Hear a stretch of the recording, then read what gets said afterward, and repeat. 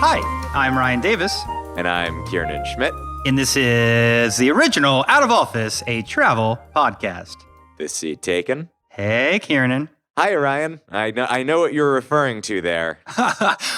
Imitation is the most sincere form of flattery. And, I know that you and I took a lot of time to think about the name of this podcast. We didn't want to step on any toes. And no, absolutely. Yeah. I've got lists of rejected names, not least of which is Duffel. Duffel, the Duffel's an interesting name. But I remember there was an Out of Office podcast that recorded like 2 episodes like in the mid 70s. Yes, and we were like, should we still launch the podcast? Right. So that's how careful we are with other people's brands. But not everybody else is that careful. No. There are other podcasts out there that just think that you can just look on the old iTunes, pick out the best name of a podcast and use it. And, that's what happened to us. So who started a podcast with Out of Office? It is some travel company for lazy millennials. And I hear a couple people have reached out to me. It sounds horrible. Yeah, the podcast is terrible. The company itself, it's like cruise ships for cheap millennials. It's not great. Can I tell you what's good about it, though? Yeah.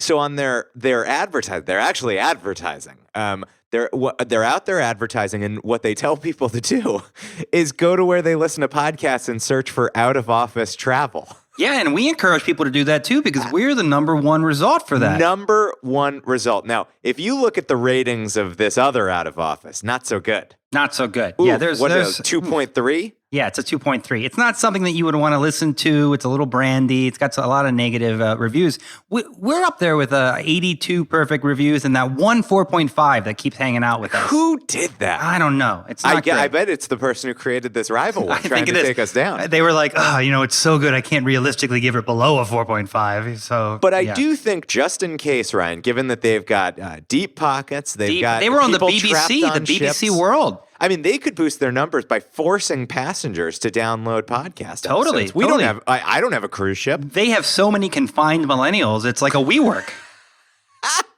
That's a great joke. Thank you. So I think, just to be safe, all you listeners out there, listen, we've got 82 5 stars. We got that 1 4-star. We see the numbers. We know a lot of you are listening and not rating us the 5 stars you think we deserve. So please go to iTunes. Give us that 5-star review. You can just give the 5 stars. You don't even have to write anything. Yeah, but you can write, that Ryan is the handsomest, funniest guy in podcasting if you want, as an example of a review. Yeah, I'm not sure podcasters are known for their great looks. So yeah, no, they say you got a voice for radio, you got a face for podcasting. That's right. Well, Ryan, I think that's enough dilly-dallying. Yeah. Everyone's going to rush out, give us that rating. Today, we've got a terrific interview, but it's quite a lengthy interview because, honestly, I found it hard to edit it down. It's so good. It's an interview with an author whose name is Anissa Helou, and she wrote a book called Feast, Food of the Islamic World. And this thing, it is part cookbook, part travelogue, part memoir. It's very funny. It's very evocative of space. And she traveled widely. She spoke to everyone from, the top chef in these countries to those who run food stalls on the street. She was telling me about how she gets recommendations from her taxi drivers. It's one of the best interviews we've ever done. I think you're really going to enjoy it. Well, I think then it's time to take off and have a feast. Let's get right into it and take off. Flight attendants, prepare for takeoff, please. So I'm joined today by Anissa Helou, who has written the book Feast, Food of the Islamic World. Anissa, first, I just want to say thank you so much for taking the time and joining us on Out of Office. Well, thank you for having me. Your book is quite a tome, quite an achievement. It's 300 recipes, but from everything I have heard, there were many more that were left on the cutting room floor past that. And the reason that we're so interested to talk to you is because you are a hands-on researcher. So putting together this book required a lot of travel, a lot of preparation, a lot of research, and so we want to dive in. But before we get too far in, why don't we begin by just, can you tell us a bit about yourself? Well, I'm half Lebanese, half Syrian. I was born in Lebanon, in Beirut, and I lived there until I was 21. And I left in 1973, which tells you my age, uh, and to London, thinking that I would go to Geneva to study interpreter school because I was very good and I'm still very good at languages.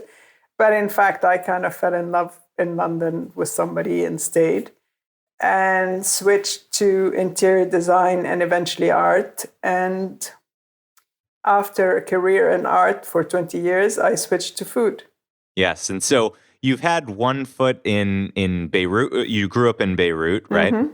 And you've described that your mother was quite a good cook and seems like quite an influence on your cookbook writing. Well, my first cookbook was all to do with my mother because it was all her recipes and her knowledge, because she's actually also very knowledgeable about culinary lore and traditions and everything to do with Lebanese food and cooking. And I thought it was a very good idea to write down her recipes. She's seriously a wonderful cook. And but what I didn't realize when I came up with the idea is how much she knew more than just recipes. And from then on, I've always went back to my mother whenever I needed to know about Lebanese food. And so how much of a cook are you? You've been in the art world, design, you've been at auction houses. Now you find yourself in the world of food. Are you a cook? I would say that I'm a reluctant cook. When I was young, I refused to cook because I equated cooking with domestication. And as I was a liberated woman, or wanted to be a liberated woman, I refused to cook in a sort of domestic setting. Then it so happened that my feminist ideas got lost when I saw my boyfriend being very impressed by somebody cooking for him, and I decided to start cooking. But still within, like for dinner parties as against on a daily basis. So to answer your question, I'm not a cook who cooks on a daily basis, or even, I would say I'm not a passionate cook who needs to be in the kitchen all the time. Mm-hmm. But I do love cooking, and I love producing very good food, and I love perfecting recipes. So I am a cook and can be, I'm considered a good cook and can be a very good cook if I wanted to, but I don't cook on a daily basis.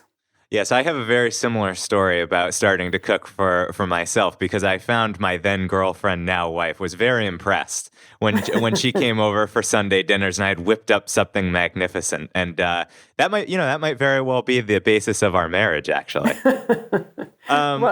Well, and I love, I think that attitude really comes through in the way that you talk about food and you write about food. I think one thing that I love about Feast is that as you're evaluating all of this food, which was some new to you, much will be new, particularly to an American audience, you are pretty honest about when you think things work, when they don't work, when maybe they're popular in one country, but they don't quite fit your tastes.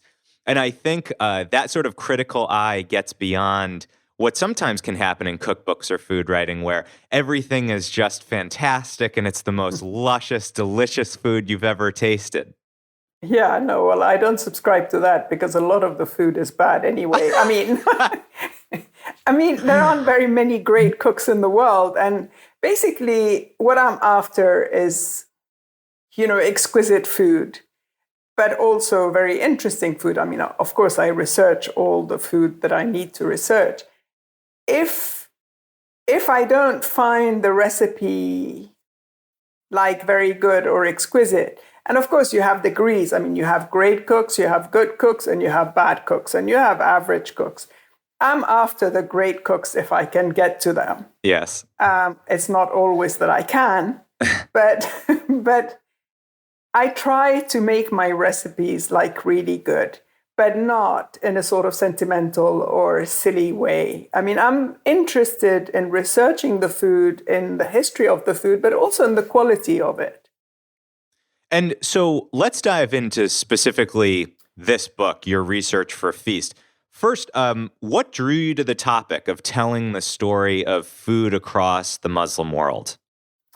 Well, it kind of came in a roundabout way because initially, when I was discussing my next project with my then agent, he suggested I write a book on Middle Eastern food as a kind of comprehensive volume. All the rage. All the rage. But what I wasn't convinced because, I mean, we have Claudia Rodin's kind of book and Paula Wolfert. And I wanted to do something very fresh. So I kind of, thought about it, and then I discarded the idea and thought, no, I won't do it. And a year or 2 years later, with the Arab Spring and also the kind of crescendo of vilification of Muslims and Islam and everything, I then thought, why not a book about the foods of Islam? People know very little about it. A lot of people don't even realize how rich the history is and what a great civilizations came after, the birth of Islam.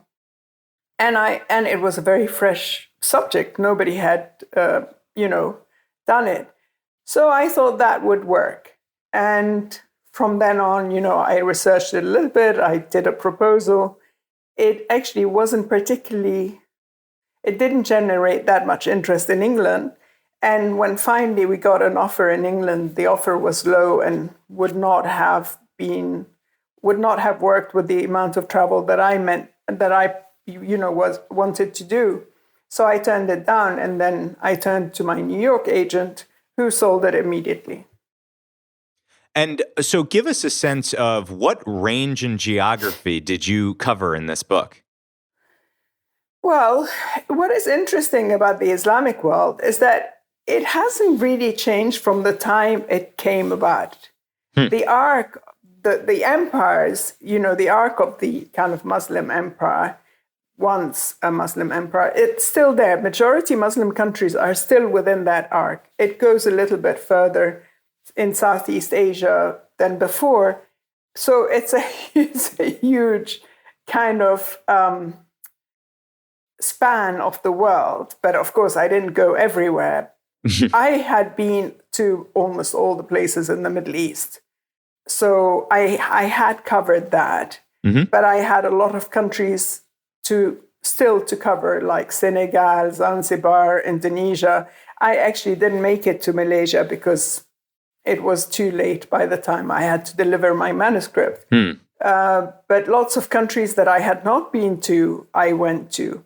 So I would say that I covered not all the countries of Africa, but I did go to some countries in Africa, the Middle East very well, North Africa very well because I had covered it, but I didn't go to Algeria because there were countries I couldn't go to, not because I was not able to, but because I was afraid to go to as a woman on her own, and because of the political situation not being entirely reassuring.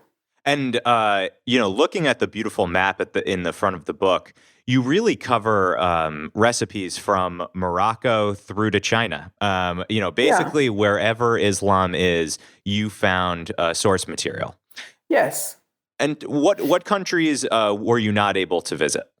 Well, I would have liked to go to Mali, to Burkina Faso, Malaysia. That I think is a gap, really, even though the food in Indonesia and in Malaysia is quite similar. So it wasn't like a great gap, but still I would have liked to go. But I went to other countries that I have not been able to, or parts of countries that I haven't been able to go to before delivering the manuscript, like Kashmir. I did make a point of going there. And I will make a point of going to Malaysia eventually, just to kind of make sure that I did cover everything that I needed to cover. And you yourself are not Muslim? No, not at all. And I'm atheist, but I'm Christian. I'm born and brought up as a Christian. And do you think that being one step away from the culture was an asset for you, or did that give you some concern about approaching the topic and really being able to get into it? Well, it gave me concern from the point of view that some people might consider this as a disadvantage, or like, why should I, as a Christian, kind of to write about the subject. On the other hand, it was an advantage from the point of view that, first of all, I have to say that we always lived in a Muslim quarter in Beirut. So I am Christian, and I was, educated in a convent against my wishes. Actually, a major theme of our podcast is traveling while Catholic, so I understand very much. You're talking to an altar boy here.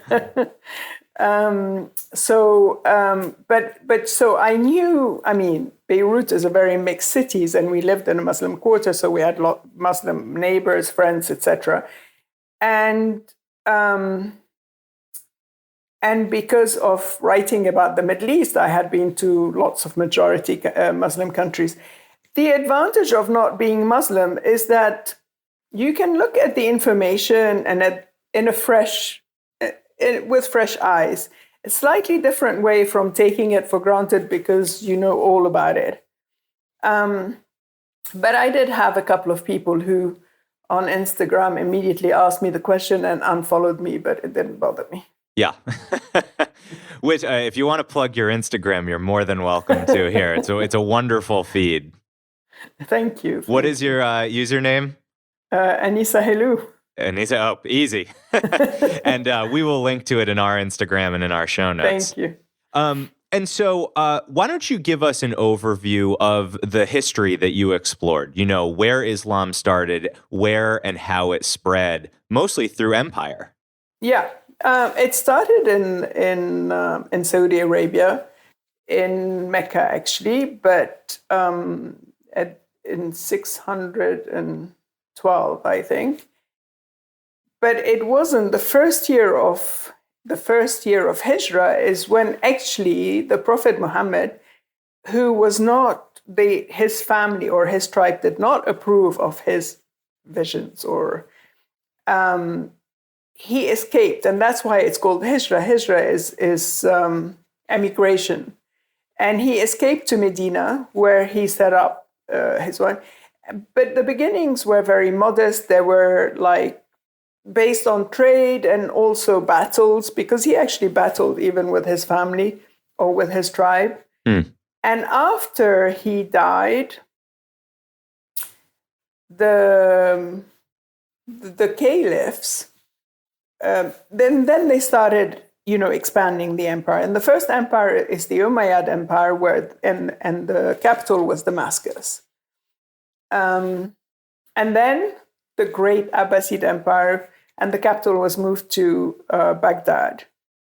And then there were, other, I think the Fatimid, and they arrived in North Africa and Cairo. Then the Mamluks in Egypt, with Cairo as the capital.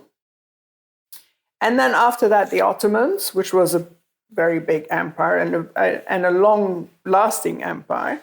And the final empire was the Mughals in India. And I think until the 18th century or something. So from the 7th century to, let's say, the 17th, basically to the 16th, as very influential, with a huge span of the world, ruling over large tracts of land, countries, etc. I think the Umayyad Empire was the biggest empire with connecting countries, or and the Mughals ruled over India mostly, and not over lots of different countries. So you could say that the Ottoman is the last great empire, but the Mughals also had a very, very important court, beautiful culture, poetry, food.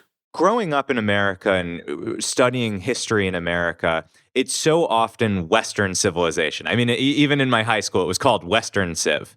And very few Americans are exposed to that Eastern Civ, which is really the story that you're telling. It seems to me like one theme that really comes through in the book is how not only the religion, but that shared history comes through in the food. So you're seeing similar through lines in the categories that you create in your table of contents for organizing these recipes. You have bread, the whole beast, rice, grains, pasta, legumes, the sea, spices. You approach these things in this way, I assume, and you tell me if I'm wrong, because this is how you're seeing connective tissue, even though these places are tens of thousands of miles apart from each other.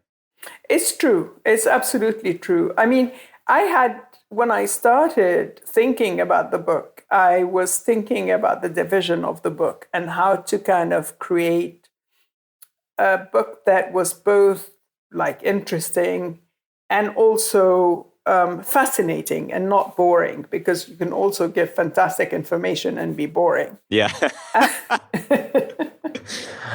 And so initially I was thinking maybe by countries, but that would have been boring because you have like repetitions and nobody's going to build a meal by thinking, oh, I'm going to have an Indonesian starter and then I'll have a Saudi main course and then a Lebanese sweet. So I then thought about it and I thought essential ingredients would be much more interesting and also would help me build a book that would be very interesting and would keep the interest of the reader. Well, and it also carries through the shared themes that you're seeing across these very different places. So maybe we can explore some of the similarities that struck you in your travels. And I would ask that you start by telling us about the date. The date. Well, the date is like was not only the food of the early Muslims, but also an element of barter. I mean, it was currency. Very precious fruit. It doesn't exist everywhere, but of course it exists in the Gulf and all the hot countries, North Africa, Egypt, and parts of the Middle East and Africa and Iraq and Iran and all this. The date for the Muslims was an entire thing, not just the fruit, but the wood of the tree, the palms that they used for roofs and baskets and like mats and whatever. So everything about the date tree was precious. And the date itself has great significance because during Ramadan, when the Prophet Muhammad used to break his fast, he allegedly broke his fast with 3 dates. And a lot of Muslims all over the world break their fasts with dates before eating anything. So it is a practically universal fruit of the Muslim world. And I was going to devote a chapter to it, but again, I thought that it wouldn't really work because I would have sweet recipes, I would have savory recipes, and it would be a little bit confusing because the sweet recipes should be with the desserts and the savory recipes depending on the chapter. So in fact, I wrote about it in the introduction, and I forgot about having a chapter devoted to it. And how about the wide swath of breads, especially flatbreads, that you discovered? Well, I mean, bread is sacred in all religions, but in Islam, it's even more so. You cannot. I remember being in Uzbekistan not so long ago, and I was with my guide in Tashkent, in the market in Tashkent, and the breads there are really amazing. And we were talking, and by mistake, I dropped a piece of bread. And he immediately picked it up and blessed it. And I felt really bad because, it's something you don't do. So it's sacred. It's a staple. It's used as cutlery in some countries. It's essential to the meal in not all the countries of the Muslim world, but in a lot of them. And it's sustenance. I mean, I know it's cliche, but it's the stuff of life. But you also discovered that the techniques for baking the bread were vast and varied. I mean, it sounds like you hung around a lot of bakeries. Yeah, I'm totally fascinated by bakers and bakeries. Yeah, I did, and the techniques are really interesting. From the flatbread, baking it in a pit oven or on a hot plate, like a flat hot plate or a concave hot plate, or even just in a pan, to the multi-layered ones with the technique. But one of my most fascinating bread sort of stories, technique-wise, was in Zanzibar. I went with my guide to his family house, to his mother, where it was during Ramadan, and they were cooking iftar. In Zanzibar, they call it futari. And so we were in the courtyard watching the women cooking and everything. And then the mother started making the bread, which is the typical bread for during Ramadan. It was a really wet dough, almost like batter. And instead of kneading it, she was beating it, lifting it, beating it, lifting it for quite a while to develop the gluten. That was fine. I had seen that more or less the same before, in Greece, actually. And it was a sacred bread as well for the church. And then they cook on wood fire. And then she took a very thin aluminium pan, and she threw a bit of water on it. It sizzled over the fire. And then she spread this very wet dough on the pan. That was also fine. I had seen that done before. Mm-hmm. But what I didn't see done before was she picked up the pan when she felt that the bread was cooked underneath and inverted it over the fire. And I thought, oh my God, the bread is going to fall. Turned it right upside down. Exactly. And I was looking at her and thinking, what's she doing? And in fact, nothing happened. She was just cooking the top of the bread. Huh. And because she had sprayed, because the dough was very wet and she had kind of sprinkled water on the pan before, the dough stuck to the pan. So it didn't move at all. And in fact, they had to scrape it off the pan in between each loaf. So that was very interesting. And of course, there are the other techniques of flattening the bread, flapping the dough and into a huge disc and still being able to kind of manage it, not getting the dough over their arms or whatever. So I think bread making and bread baking is something a bit fascinating because the techniques are really, difficult, in some cases. And the skills required of the people and the strength in some cases, because in Uzbekistan, one of the ovens was like a horizontal pit oven, and he was sticking the doughs to the ceiling. And it was really hot in there. Yeah. And he was like half in that hot oven and not getting burned and managing to do it. It was quite amazing. Yeah, and there are also there's the method where the fire is in a cylinder and the metal on the outside of the cylinder gets so hot that they just slap the dough and it cooks right on the side there, and it sticks so fast that they just peel it right off and your bread is ready.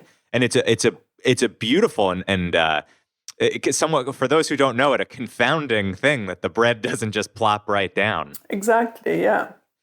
And it does seem like as you get closer to China, the centrality moves from bread to rice. Yeah. What is interesting in Muslim China and the Muslim part in Uyghur country is that wheat is still very important. So rice is important, but they have wheat noodles and they have bread. Mm-hmm. And they don't have bread elsewhere in China, not in Muslim China. So in some countries, rice is the staple. In other countries, rice and bread are the staples. And in other countries, it's bread more than rice that is the staple. Yeah. And is it a clear geographic continuum? Yes. Yes. And also, if you go to North Africa, bread is the staple, but also you have couscous, yes, which is a kind of pasta. Yes. It is like, I guess so, because, you have India, Iran, Afghanistan, Iraq, and Pakistan, rice is the staple. So in one part to the east, rice is the staple, but bread is also very important. One thing that struck me is how many different types of biryani you talk I about know. here. Did you know that existed before you went to India? No, I didn't. I mean, I knew like 2 or 3 different or 4 different biryanis, but in fact, I included 8 in my book, but I probably could have written a whole book on biryanis. And so just lay out, what is a biryani? Well, biryani is basically a way of making rice.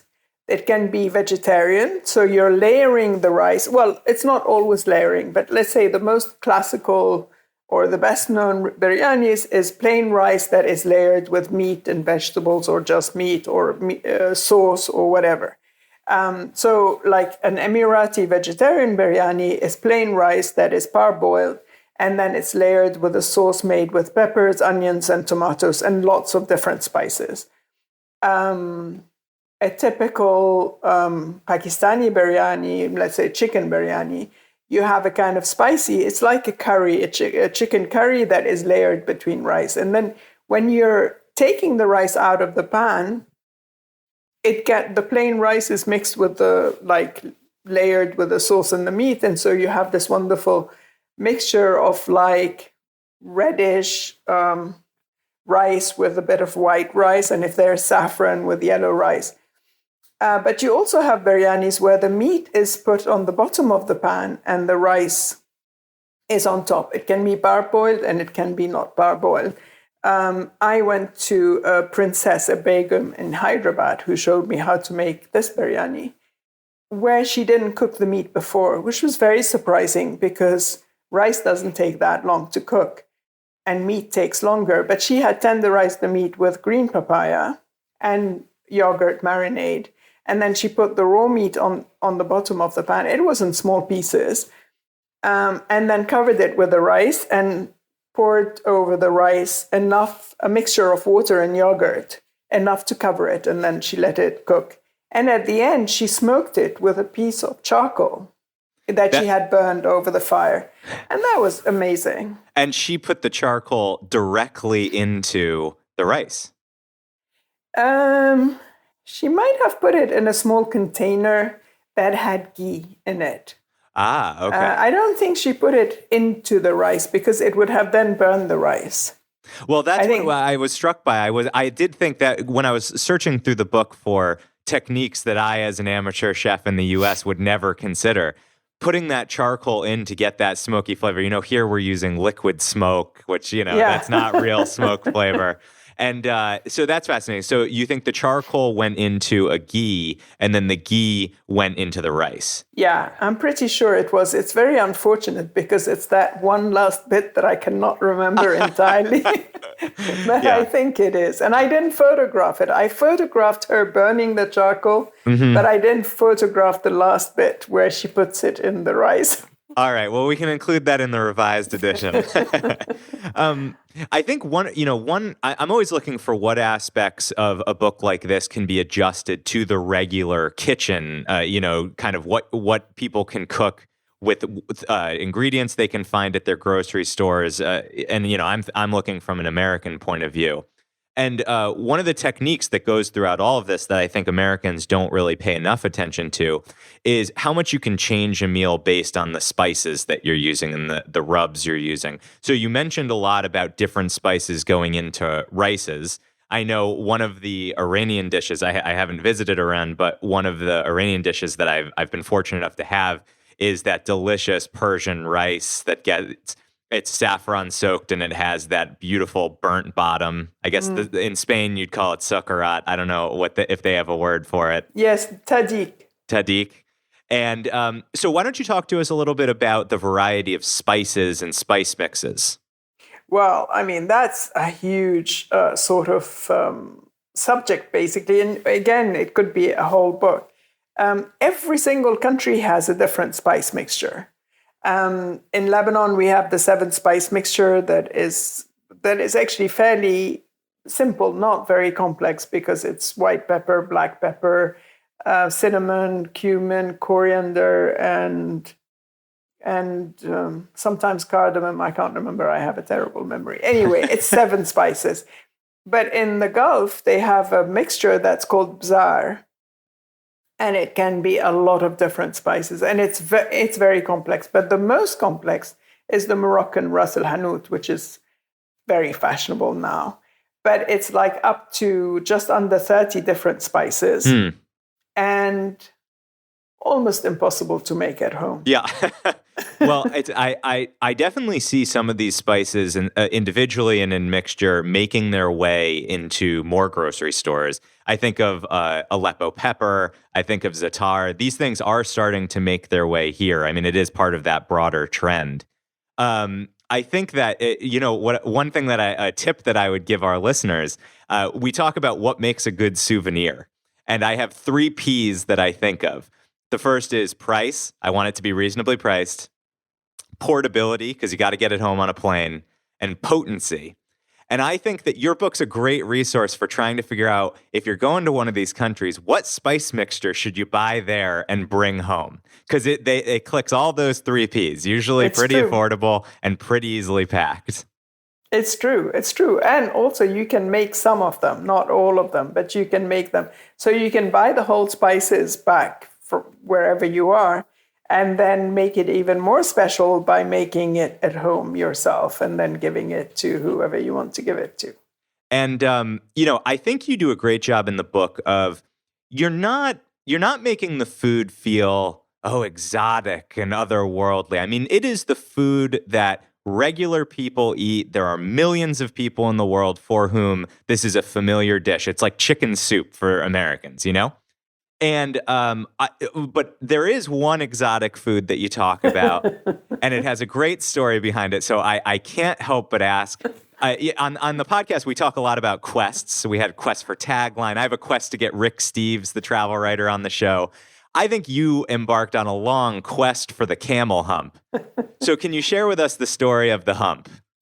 Well, it's first of all, I didn't know that camel humps could be eaten.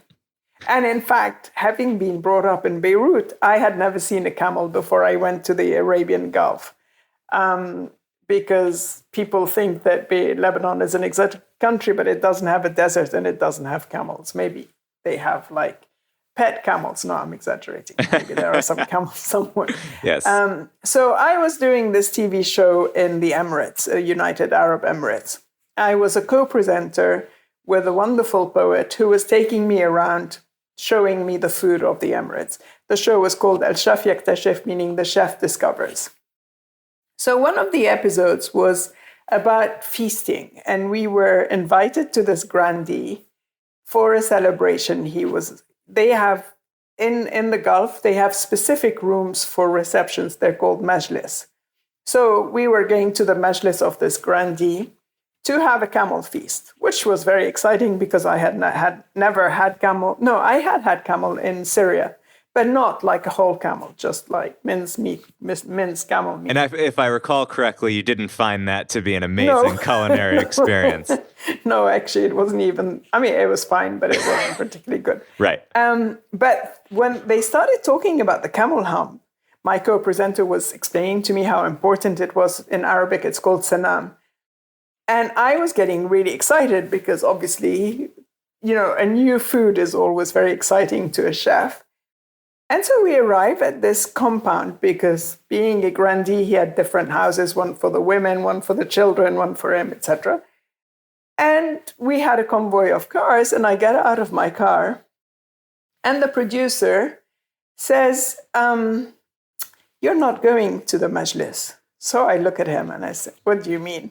I'm the co-presenter. How can I not go to where you're filming?" Right. He said, "Well, you're a woman, and this man is very strict, and he will not allow you. And actually, the majlis is one. There's one for the women and one for the men."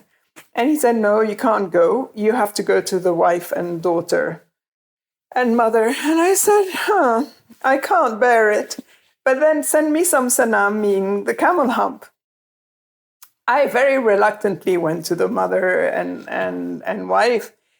But being very polite, I sat graciously with them, waiting for the food, not wanting to ask too many questions about the camel hump, just being patient. Sure. Then the food arrived.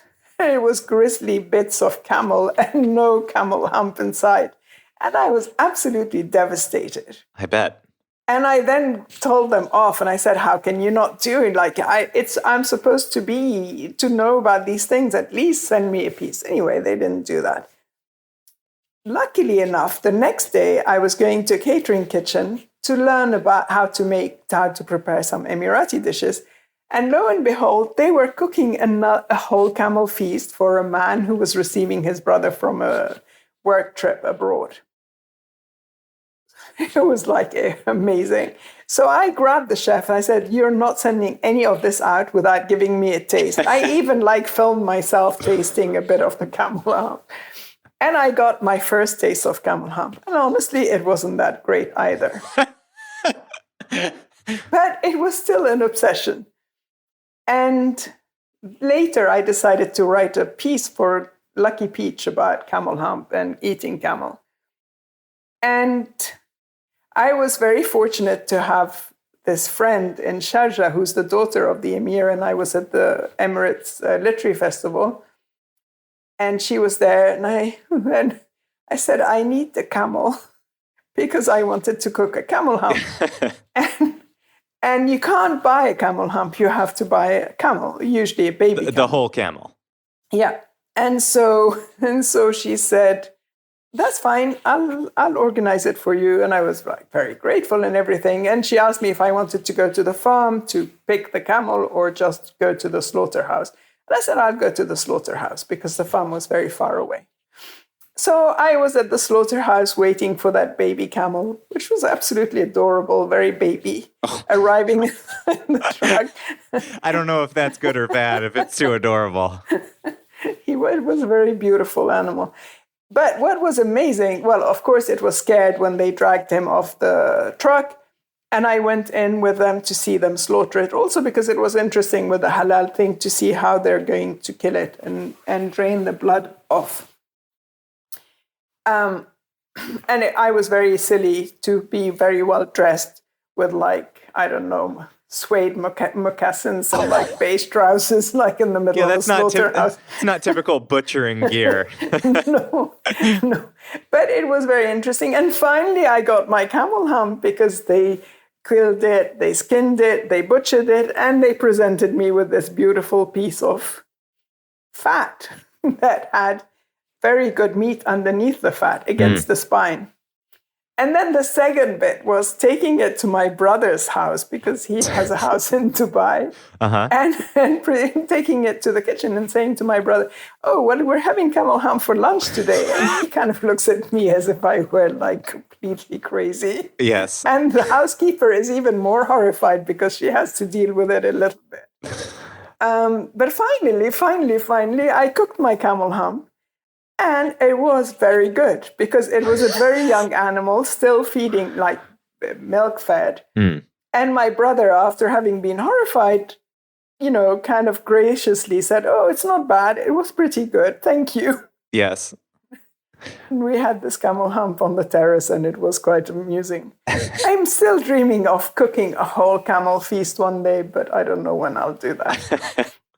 I mean, one thing that I relate to and I love about that story is just your obsession with getting that camel hump, because regular listeners know I'm an obsessive planner when it comes to travel, and I try to work on not being upset when something like, "Oh, you have to come over here and not get any camel hump" happens. But I too would just tirelessly chase down until I could check that camel hump box off my list.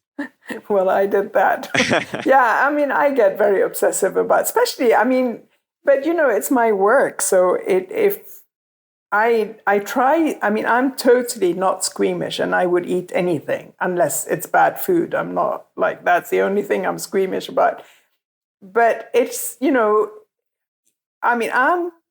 I'm looking to find out as much as I can about the foods I'm researching. So if something eludes me, it's not a tragedy, but it's a bit of a drama. Yeah.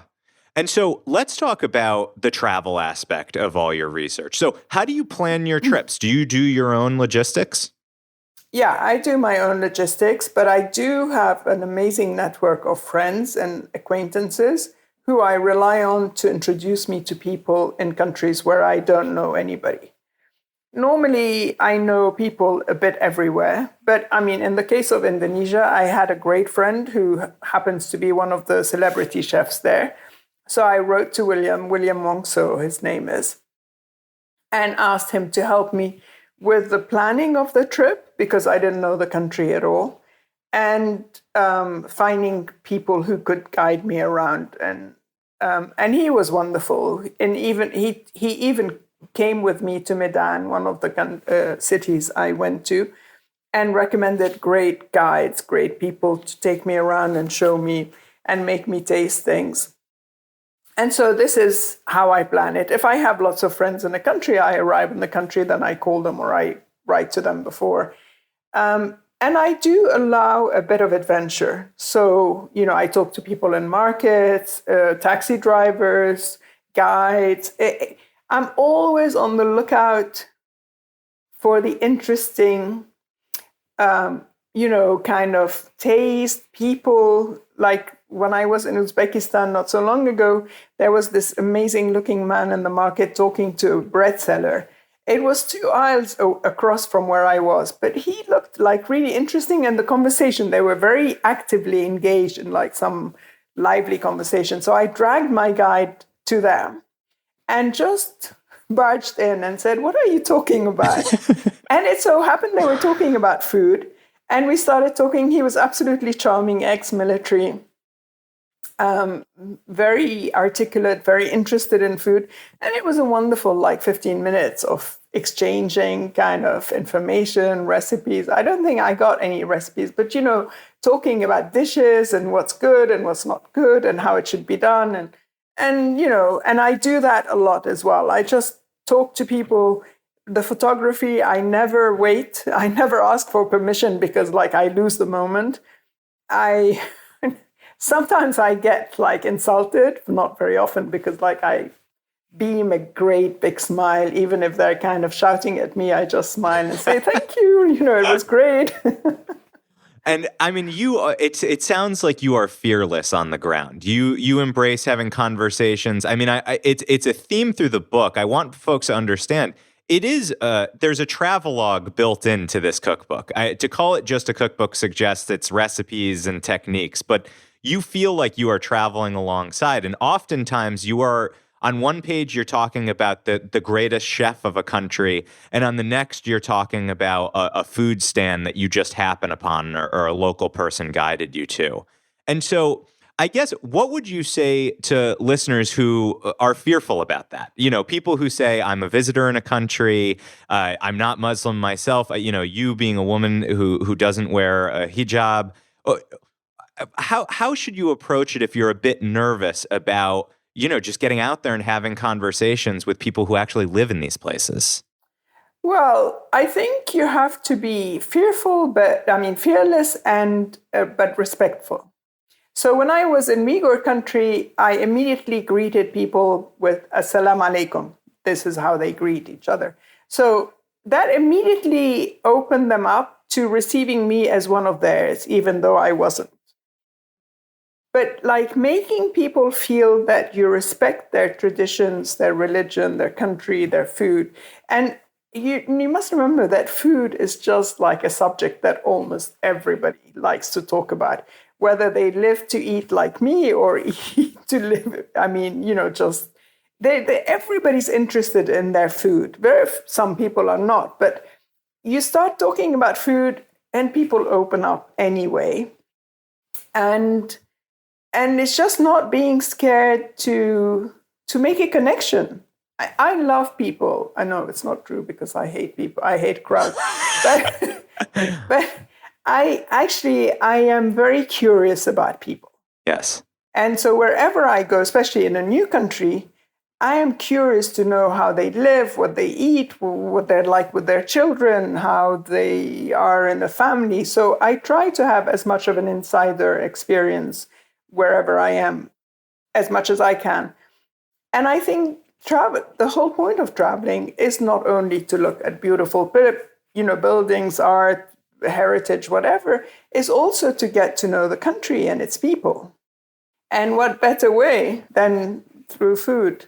You're not only curious, you're unafraid to tell people you're curious. You don't mind looking silly if you have to ask a question to unveil a truth that they all know, but why would you know it? I mean, many of these things can't be found in a book, which is why new books like this are the best things that could come on the market because, I've traveled to a number of these countries, Malaysia, Indonesia, Morocco. You're revealing things here that are stories that I didn't hear from sort of the Western tour guide perspective.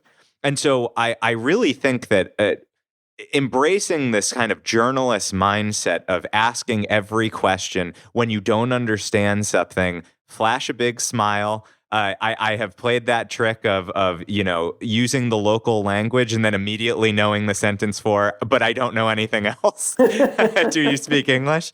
I think that's just a wonderful way to approach travel. So when you're on the road, one thing I really love to talk about is travel gear. Suitcases, flashlights.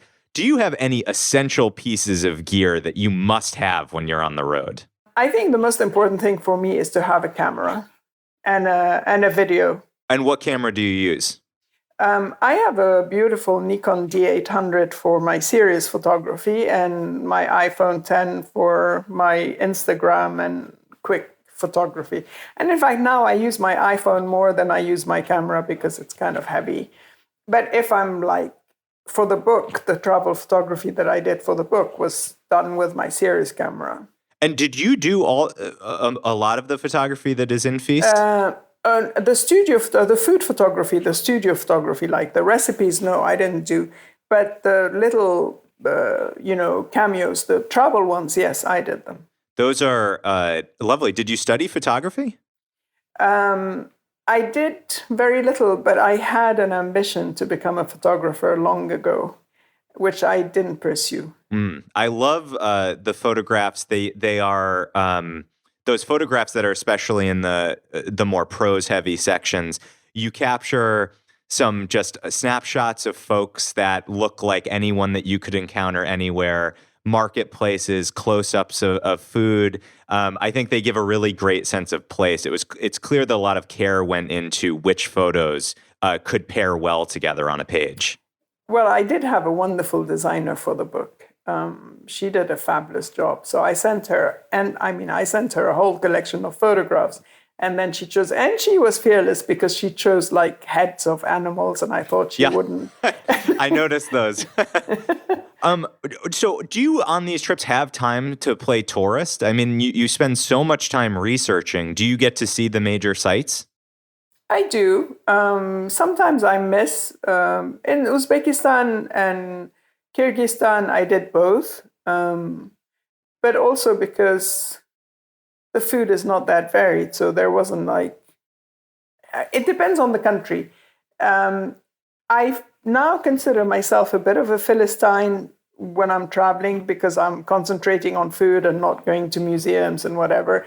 But whenever I can, and I make a point of going to the most important sites. But sometimes I miss because I concentrate too much on the food. Do you have a guidebook series that you like? No, I hate guidebooks. Oh my gosh, why? Because they're always kind of, sometimes the tone is patronizing and I hate guides as well. So if I have to have a guide, I immediately say, please tell them not to talk too much and tell them not to be patronizing because I'm not a regular tourist. And in guidebooks, you never get, you get the sites and everything and that you can get anywhere. But if you're going to rely on a guidebook for markets or for food, restaurants or whatever, you're never going to get to the right places. Rely on people is a wonderful theme to pull out of this. I think that's if you ask the right questions and you find a few of the right people, that could shape your whole trip. Exactly. And my last question is, for those who are learning about Islam for the first time, who have never traveled to any of these places, I think there's a certain trepidation, as you rightly pointed out. Ever since 9/11, we live in this very divided world, and there's stereotypes. I think your book goes a long way to helping people see beyond these stereotypes into the lives of people, regular people. What tips would you give to folks who have never been to Muslim majority countries who are nervous? What are the right ways to approach that experience? Well, first of all, they shouldn't be nervous.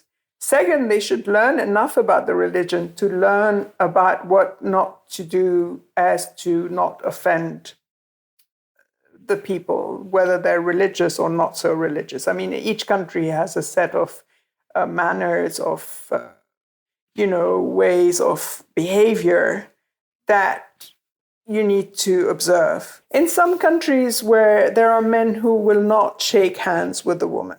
I mean, I've made this mistake of putting my hand out and the man looks at me and doesn't move.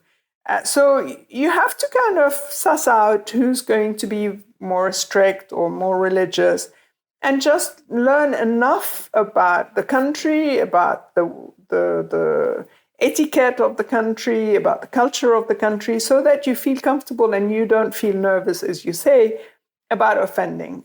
And I have two very fast questions to end on. The first is, you've been so many places, many quite off the beaten track of tourism. What is kind of the one place that I said, I want to go way off the map, somewhere extraordinary that I'd never think to go? Where would you put me? Oh my God, I told you I have a terrible memory. Where would I put you? In a majlis eating camel hump. Yeah. In the Emirates? No, I don't know. Well, I adored Kashmir. Everybody talks about Kashmir as being dangerous, right? And you can't go there because of this, because of that. There was a hassle to get there, and it was a hassle to get out of there. But the people were amazing. The country is absolutely beautiful. The food is spectacular. And it was just a revelation. Wow, that is not an answer I would expect. It's nowhere I've been, but I will add it to the list. And my final question, you were on Milk Street Radio with Chris Kimball, and he asked you about falafel and versus grinding or putting it through a processor. And you said, I do have a wonderful place in London that I get my falafel. And it killed me that he didn't ask, what is the place? So where in London do you get your falafel? It's called Al Waha. It's a Lebanese restaurant, but the owner is Syrian. And he's the one who taught me to grind the chickpeas in a meat grinder and not to process them in a food processor. Oh my God, I'm so thankful to finally have that answer. Is it sort of an Edgware Road area? No. I don't want to be mean, but no, it's he's in Notting Hill. Why do you not go to Edgware Road? Because on the whole, the places are not that great anymore. That's interesting. It's very kind of like mass. It's just, there are two Lebanese restaurants I go to in London, and one is in Notting Hill and the other is in Mayfair. It's not because I'm a snob at all, but the quality in Edgware Road, I'm not talking about all of them, but it's just like it used to be. But I do shop in a Lebanese shop, which is off Edgware Road. I have to ask now, what is the name of the second Lebanese restaurant that you go to? Aline. It's behind the Bond Street, and they're very cute. I have to say that I've helped them a little bit with the menus and recipes, but not very much. And now they're on their own, and they're doing really great, and it's very cute. Wonderful. It's one of my favorite cities. I lived in London for a year, so I have a great weakness for it. Well, Anissa Helou, thank you so much. Thank you for your book. I think it's an important piece of work. I can't wait for all of the volumes that are going to come out on each of these topics, the spices, the biryani. And thank you so much for sharing your wisdom with us today. Thank you, Kiernan. It was a pleasure. Ladies and gentlemen, this is the last stop on this train. Everyone, please leave the train. Kiernan, I have been to a lot of places with quote-unquote exotic meats, and I have never seen camel hump on a menu. I mean, you heard how hard it was for her to find it. But I think camel hump could be the next big Bushwick food. Yeah. I could see like a camel hump, truck just sort of driving around. Yeah. Do you think it's a truck that has a big hump on the top? I think it would have to. Yeah, That's not bad. It's a converted ice cream trunk with a weird hump on the top. Yeah, that keeps the driver doesn't even have to. He doesn't have to drink water. He's just got it's got it right there. Ryan, we jumped into analysis of the interview, but honestly, here in The Last Stop, we've got to start off by explaining what The Last Stop is. Well, The Last Stop is everyone's favorite part of the show, where you and I feed our wanderlust every week by something we've read or tasted or traveled to. It's just what is the week to week kind of travel inspiration that we are seeking. Boy, I mean, it's like you have all the words that I always used to describe it, but they're just in a totally different order. That's right. We each talk about one thing that we've done, eaten, thought about, read, felt, touched, smelled that keeps that spirit of wanderlust alive within us. So, Ryan, what is your last stop this week? So I thought of you this week, Kiernan, like I often do, and I cracked open the New York Times, and I read an article about Elizabeth Warren, who is a fantastic senator from your state of Massachusetts. Absolutely. Who is running for president. And she is doing this really weird thing that the other candidates are not doing. She's releasing policies. She's saying, here's what I would do as president. Well, listen, if we learned one thing from the Hillary Clinton campaign, it's that lots of deep thought out policy is the way to win an election. People cannot get it. People go around with just policies made into T-shirts. I mean, they love policies. Absolutely. But this policy from Senator Warren is a really good fit with what we just talked about. And that is about the National Park Service. So what Elizabeth Warren wants to do is, because the national parks are funded by taxpayers and paid for by taxpayers, to make entry into national parks free for every single American family. Yeah, I think this is a brilliant idea. It was somewhat buried under the headlines of the rest of the public lands policy that she was given. It was, it was a lot about making sure that the land becomes accessible and kept for the people, right, preserved, not fossil fuel companies. And I want to exactly quote what she wrote. And I also love that she released it on Medium. She says, and while there were more than 318 million visits to our national parks last year, these places are still out of reach for scores of low-income families.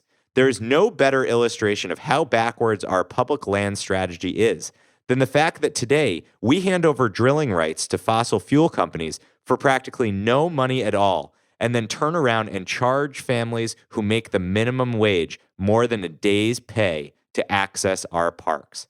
The National Park Service is funded by taxpayers, and it's long past time to make entry into our parks free to ensure that visiting our nation's treasures is within reach for every American family. Bravo, bravo. Thank you very much. I just wanted to read it. That's a speech I want to give. And this is something other countries do. I remember going when I went to the pyramids outside of Mexico City. It is free for Mexican nationals if they show their ID. So this is not uncommon in New York. Here, if you go to the Met, it's free if you show your New York City ID. So I think this is a no-brainer. And I actually didn't even.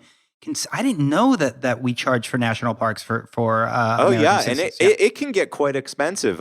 You've got parks that will charge $30 just to bring a car in, and you can pack as many people into that car as you want, but it adds up really fast. There was a hubbub a few years ago when they were raising the price of the senior pass.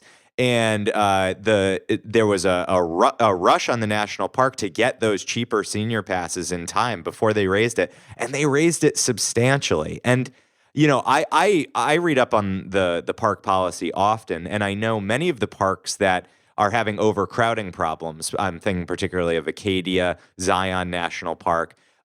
They have considered raising the prices further just to drive down visits. That is not the democratic way to do it. No, there should be a wait list or something like there is if you go see Teddy Roosevelt's house, you get on the list. There's ways they can make it accessible to everyone without having to use the market to drive people out. Yeah, and we both agree everybody should be able to visit our national land. So this is a great policy. Big thumbs up to Elizabeth Warren. And I want to flag one thing that I thought was striking. 318 million visits to the national parks. There are only 327 million Americans.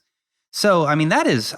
I think that's pretty impressive that many folks, I know they're not, many people must be tourists, but people obviously flip out and love our national parks and they have a right to access them. Amen. So what's your last stop, Senator Kiernan? My last stop this week, I was so inspired by all the food talk in the interview. I wanted to talk about a company that I'm a big fan of called Burlap and Barrel. And I found out about this food company through, my beloved Rancho Gordo. Oh, my gosh. The bean club that I belong to included a special ingredient in my last installment, which Really? was cumin sourced from this company, Burlap and Barrel.